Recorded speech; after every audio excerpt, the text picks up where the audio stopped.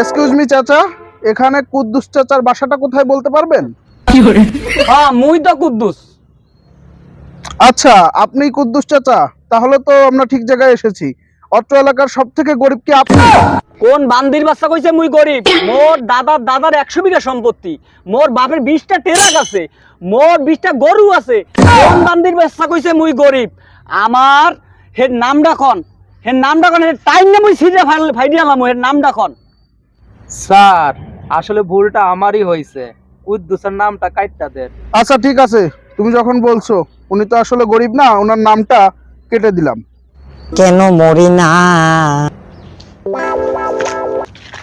Sir কি এর নাম কাটলেন? স্যার কি এর নাম কাটলেন?